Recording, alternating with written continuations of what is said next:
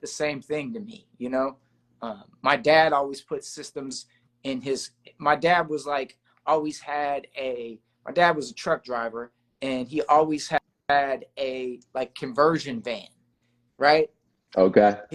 My dad would always have a new conversion van. You know, they had TVs in them. He'd always put a new head unit in there, and he never had subs, but he'd go and take it and replace all the speakers. My dad was really heavy into music. He didn't play music, but my dad was always up on all the new music, whether it was country, hip hop, not so much hip hop, rhythm and blues. My dad didn't really like hip hop, but he knew where all the samples came from. He knew where all the samples came from. So my dad was up on a lot of, had good taste in music, and I'd be listening to hip hop, and he would know where the samples came from.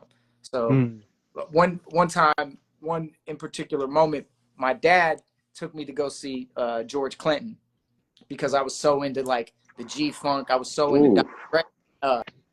He's like, this comes from G Funk. This is Parliament Funkadelic. So I got to see the Mothership Land, and that's all.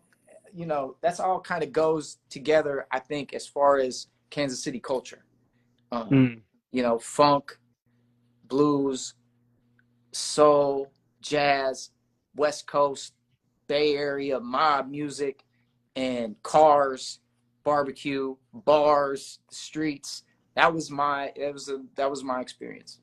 No, I thank you for sharing that, because I think that was the best way, honestly, to kind of